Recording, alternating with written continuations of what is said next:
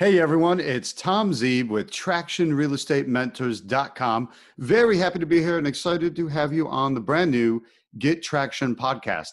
And I started this podcast from demand from you guys. I had a lot of people saying, Tom, I'd like to hear from you more often.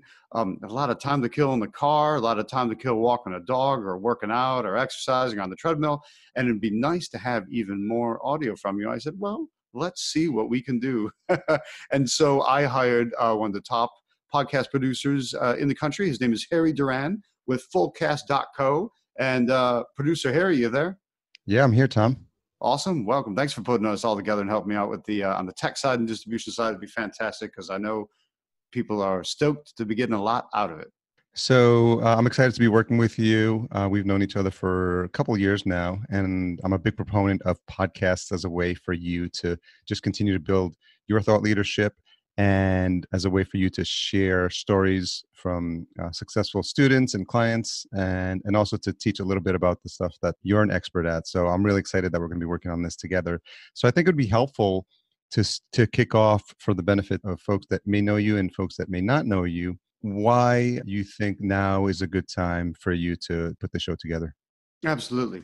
Real estate investing is something that works well no matter which direction the market's heading. So whether the market's moving up, whether it's moving down, whether it's going sideways, there's always a spot for real estate investors. Because if you think about it, what we deal with, the basic necessities in life are food, clothing, and shelter. We're dealing with shelter. So we're dealing with one of the basic necessities of life. People need it. And the particular technique that I love to focus on is called wholesaling. I refer to it as rapid cash generation because that's what it does. It generates cash rapidly, but it's wholesaling is a common term for it. It's marketing to find a great deal, negotiating it into a fantastic deal, getting them to say yes, putting it under contract, and then simply assigning the contract, so giving the deal to another investor, someone who then rehabs it and turns it around, or someone that buy and holds it and they're the landlord. So I make money simply from finding the deal, negotiating the deal, and then handing it off to another investor. For all different walks of real estate, it's a great time to be a real estate investor. And that's why I want to start this podcast and get people excited about real estate investing now. What is it about now that makes it a great time for real estate investing? Well, most people, I think, are recognizing that there's ups and downs in the economy. Now, I see a rosy future coming in the years ahead. But of course, a lot of times at the moment as well, people go, oh, stock market's topsy-turvy or their job security's topsy-turvy. That's always been the case. One of the things I specialize in training people, maybe retiring out of their first career, or maybe are tired and burned out of their first career. They've worked enough to realize that there's more for them and they want to be on their own, or they've worked enough to, how do I put this, get kicked in the teeth enough that they don't want that anymore. They want to be on their own. They want to be independent. They want to be entrepreneurs. They see real estate as a way forward, but maybe how to be a real estate entrepreneur doesn't make a lot of sense at the beginning because you come into it as this massive topic. And where do you fit in and how can you carve your teeth? And do you rehab houses? Do you wholesale houses? Do you buy and hold as a landlord? Do you do commercial? Do you do storage units? There's so many different options. And so what I like to help people with is getting clear and getting focused on what fits you best. Because all of those are very legitimate options. And most people, there's a home for you in real estate investing. Now let's figure out which exact home that is, what's going to fit you best, what's going to fit you like a glove. That way you're doing what you want to be doing for where you're at, where's your family at, where are you heading, and what do you want to get out of life? Because there's a lot more to life than just having the 9-to-5 job. So there's folks that will be familiar with you that are listening to the podcast and are fans of you and have worked with you before. But, ideally, if we do this right and we grow the audience, there's going to be people that are going to find you for the first time. So one of the questions people might be asking is, who are you and why are you qualified to host this podcast? Yeah, that's a fair question. So my name's Tom Zeeb. I started in real estate investing in 2001 when I was broke as a joke. I don't know if I've ever shared this before. It's how I got started was, I had a job, full-time job. I didn't totally love it. I didn't totally hate it. I was frustrated by it though, because I was stuck in between. I was always, there was always more month than money, no matter how hard I worked or how little I worked or no matter how great my ideas were, how awful my ideas were, I wound up, with the same amount of money, and that frustrated me. And so what wound up happening was I had saved up my whopping 2 weeks of vacation. I was going to burn it all at once. And I went on a big adventure trip with a couple of buddies to India. And India was a fantastic place. I mean, I felt like, wow, this is everything I dreamed about growing up, because I'm basically an overgrown Indiana Jones. And I never grew out of that. And so being able to go to an exciting country like India was fantastic. And one of the first things we did was go whitewater rafting. So I'm whitewater rafting, which I had never done before, on the Ganges River, which is a holy river in India. We're going to go through a class 5 rapid. They grade rapids, I think, 0 to 6. 6 is impassable. 5 is you probably shouldn't. And of course, there was one class 5 rapid on this river. And so the captain says, okay, get ready. This is the big one. We're going to go through this. It's going to be, it's going to be huge, but we'll be fine. Well, we're going through the rapid. And man, we hit a real twist turn. I get tossed across the boat, and then the waves hit the other direction, and I go flying off the boat. I can't stay on. I remember trying to grab at the rope around the edge of the boat, trying to grab the other people on the boat, and nothing. And suddenly, whoosh, whoo, I'm under and starting to drown. Wow. And I'm being pulled down, and I'm tumbling, and I'm turning, and I don't know which way's up and which way's down. And I'm bumping in the rocks, and I'm thinking, oh man, what if this is it? I mean, I'm wearing a life vest, and I know I'm positively buoyant. I should come to the surface, but what if I smash my face into a rock? Or what if I get stuck or pinned against a rock? I mean, the force of water is nothing to screw around with. It wasn't like I had a great chance to catch my breath. And I really needed to breathe. And at a certain point, I'm going, I really need to breathe. I really need to breathe. Oh, wow, I really need to breathe. And then suddenly, boom, I shot through the surface of the water, which was a great relief, because a few moments ago, I thought I was going to die. I thought, there has to have been more to life by this. What have I done to sit at the desk, work for somebody else, and be frustrated? There has to be more. And I came above the water, and the weirdest thing was, I still couldn't breathe because I had an esophagus full of water that needed to kind of either go down or come back up. And it was a very strange feeling. Once that processed out, I thought, And I turned around, and a rescue kayak came over to get me, to tow me back to the main raft. And we're all out of the rapid now. I'm floating on top of the river. I see the raft downriver, and there's all my buddies on the raft, laughing hysterically at me, going, look at Tom, what an idiot. He went overboard. Oh, wow. To them, it was an utter and complete spectacle what had happened to me. And you were the only one this happened to? Yes, I was the only one that fell off. I've never lived it down to this day. And that story comes up all the time. Anytime you have a drink with a friend, it came up at my wedding. It comes up absolutely everywhere. People make fun of me because it must have been hilarious to watch and think about from the outside. But for me, though, it was life-changing. I had a near-death experience, and I felt completely reborn in the river. Because I came up, I said, all right, I just want to live now. And I want to live large. I want to live well. And I don't want to be trapped. And it was very hard then, when I got back home, realized I had no more vacation time for a year. I felt like I was drowning. When I didn't have enough money to pay that month's bills again, I felt like I was drowning. I realized I had racked up, I had over $113,000 worth of debt. And I felt like I was drowning. I mean, how do you pay that off? Yeah. What do you do? So here I was having this near-death experience, feeling completely reborn out of the river, wanting to do something big, do something meaningful, make a lot of things happen, and then being smacked down everywhere I turned. That was really difficult and problematic, particularly when you go, how am I going to pay this off? How does one get out of 113 grand in debt? What are they going to do? Give me a $113,000 raise? That's not going to happen. I mean, tell me something legitimate without a gun or white powder that would allow me to pay off that. I went, oh, what am I going to do? And then an interesting thing happened. A friend of mine handed me a book. He handed me a copy of Robert Kiyosaki's Rich Dad, Poor Dad. Great book. Which I know a lot of people have read. Probably a lot of people shaking their head right now saying, yeah, I've read that. Well, I read it, and man, it went boom. I felt like I was underwater again. But the good part of being underwater, the reborn part, I went, this is speaking to me. This is exactly what I need. This is what's been wrong. Oh, I get it now. Except here's the problem. How much rubber meets the road how-to knowledge is there in a Robert Kiyosaki Rich Dad book? There's nothing. Yeah. So here I was thinking, okay, this is what I need to do. All he says is invest in real estate and basically buy rental properties. So I was armed with nothing but this book. I knew nothing about real estate. I just knew I had to do something different. I wanted to get out. So I went out and bought a 6-unit building, partnered up with my sister because I'd handed her the book as well. And boom, it hit her the same way. And the two of us, foolishly, went and bought a 6-unit building in Brooklyn, New York. As your first investment. As our first investment, yeah. And it just made no sense. And we wound up with 6 very professional tenants who weren't paying a dime and didn't pay us a dime. And now we had this massive mortgage with a bank, and we had all this added responsibility, and we didn't have any income to cover it. And I took what was supposed to help me get out of trouble, now made my trouble exponentially worse. Then I got very lucky. I didn't take no for an answer. During this time, I had realized there were these wonderful groups called real estate investor associations.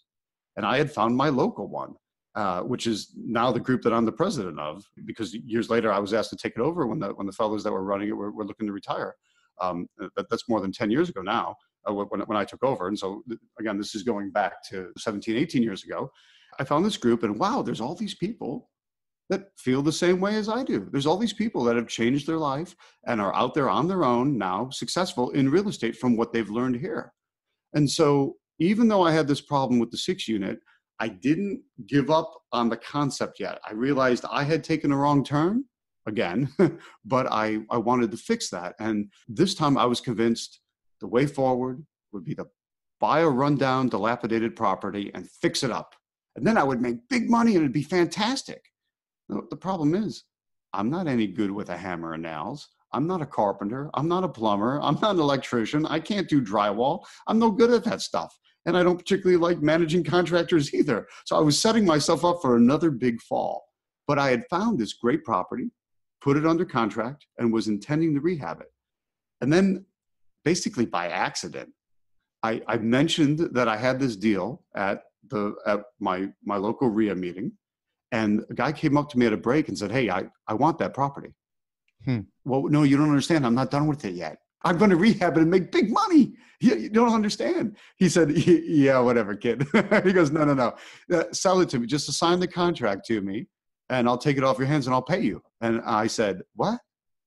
He said, just assign it to me. I pay you and you move on. And I went, you can do that? Legally? Really? He said, yeah, it's not rocket science. I'll walk you through it. And he did. Yeah. And I walked away with $22,819.66. It was a huge amount of money.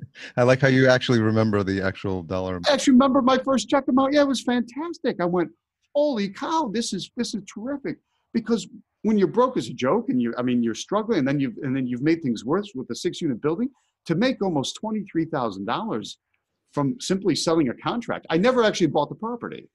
I sold my position in the deal to him. I went, wow, what if I could do this again and again and again and again and again and again? And that's exactly what I did.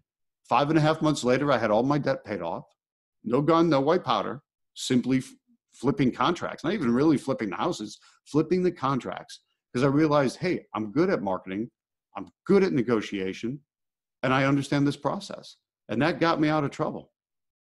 It's an amazing story and it's very inspirational. And I think listeners can relate to it because a lot of times they just see the success that you've had, but they don't understand where you came from and all the things you had to learn along the way. Because I imagine not only was the Robert Kiyosaki book was the first step, but there were probably a lot of people who were instrumental in helping you learn this and people who were eventually your mentors. So I think, can you talk a little bit about the knowledge you acquired and where you went to help you understand this somewhat complicated market for those that are new and not familiar with all the ins and outs of it? Yeah, I started paying real close attention to what everybody else at my Real Estate Investors Association was doing. And specifically, what did they want to buy? Because I realized if I'm going to be a wholesaler and these are my buyers, then I ought to, sell to the buyers what it is they want to buy. And I noticed that, wait a minute, a really nice looking new house that doesn't need any work, nobody wants that. No investors want that. And buyers do, but that's not who I'm selling to. The guys that I really seemed to connect with were the ones who wanted a rundown, dilapidated piece of junk.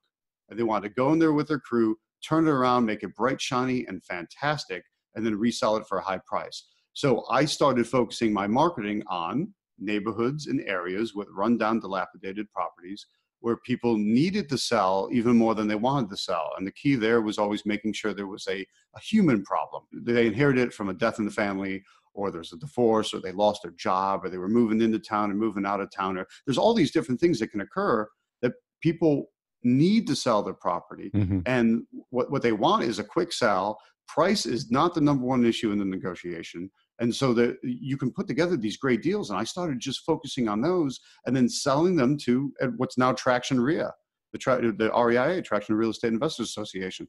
I found all my buyers there and just kept selling to them. And they were thrilled and I was thrilled.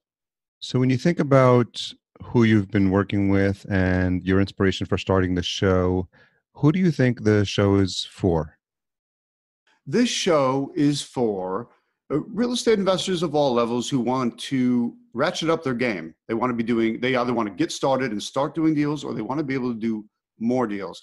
The getting started side is obvious. If you haven't done it before and you're looking to change your life and you're looking to quit your job, be on your own, be a real estate entrepreneur, you have to understand how. And I want to encourage those folks to build their business right from the start, build it correctly from the start. And that ties into the people that are existing investors. What I have found over the years coaching people and being president of the Real Estate Investors Association is that a lot of people have built their business the wrong way. So what I want to say to the intermediate and advanced listeners is that if you've screwed up somewhere along the way and you don't have the freedom that you want to have out of your business, what I want you to get out of this podcast is how would we go back and retool what we've done. So if you're just starting off, let's build it right from the beginning. If you're up ahead, you're an intermediate or advanced, but you don't have the lifestyle and the freedom that you thought you were going to have, let's go back and re-engineer what you've done, because we can make that happen. And is it safe to say that even if you've been doing this for a while, there's always something to be learned from going over the basics? Oh, always. Harry, it's funny you mention that, because there is a specific theme I've had at my last couple of boot camps, the Rapid Cash Generator boot camp that I do to train people how to get going in the business and get better. And it's been a back to basics theme. So many times everyone wants to go down some crazy street, crazy angle. They think you have to have something new and bright and shiny and crazy, but what really matters is getting back to the basics. So let's master marketing, let's master negotiation, let's master contracts, and your business will thrive from that. So don't get distracted by, oh, I heard this new zany technique, or someone's got a fancy name for something. Just remember, back to basics. So the approach that we've talked about, as opposed to making this a podcast that just runs in perpetuity, we thought it made more sense to tackle this as an 8-part series. Yes. And I'm wondering if you can give a rough outline. We don't have every specific episode like outlined in stone right now, but I think it'd be helpful for the listener to think about, what's coming up and how we're going to release the episodes and the type of content we're going to be sharing. So, if you think about how you take people through this journey with your clients right now, we can mimic some of that through the podcast. And so I'm wondering if you have some ideas about how that might look through this 8-part series. Absolutely. Yes, the 8-part series basically for season 1. I mean, let's start with one season and then we'll take it from there. But what I want to do is, so some of the episodes I'm going to have guests on. I'm going to have some of my successful students that I've trained through the Rapid Cash Generator Bootcamp, so that listeners can understand how somebody that's just like them has started with nothing from nowhere and has achieved massive success. How did they get there? And let's hear their stories and go through that. That'll be some of the episodes. Some of the episodes, I want to talk to people directly about the real keys to the real estate puzzle. So let's talk about marketing. Let's talk about negotiation skills. Negotiation is a great, fun topic that actually will apply to all walks of life. So if you get better at negotiation in real estate, you're going to want to be a better negotiator in all of life, and everything gets better. I want to talk legal contracts. I want to talk mindset. I want to get through what the process is, how it happens, some wholesaling specifics. We'll have other topics that come up along the way as well. So the format we've decided on is a weekly release schedule. And for season 1, we'll have 8 episodes. And what's the domain we've selected for the podcast? Sure. Simply go to gettractionpodcast.com, gettractionpodcast.com, and we're going to have everything there. Yeah, all the show notes. We'll be creating a summary, which will include some timestamps, We'll pull out some tweetable quotes, and any links mentioned in the show, we're going to have those as well. And then you'll be able to subscribe to the show, and there'll be easy ways for listeners to share the episodes with their friends and family, which is something we're definitely going to encourage them to do. So I'm excited about working with you. I think we've got a great backstory already to get people excited about the show. And so I invite listeners to subscribe. If you're listening to this, then this is actually on Apple Podcasts already. And you'll be able to subscribe on Apple Podcasts, on Google Podcasts, and eventually at other destinations like Spotify. So just head on over to gettractionpodcast.com, and we'll continuously update with the latest links for you to stay engaged with the show and the content.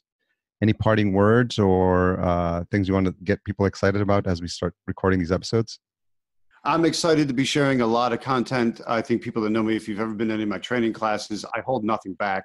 It's very content heavy. There's a lot to learn each time. So I don't like fluff. I want to avoid all fluff and get really right down to, some real hardcore information. So that's what we're going to do. I'm looking forward to rolling out all the episodes, and go ahead and get tractionpodcast.com and get signed up and subscribe.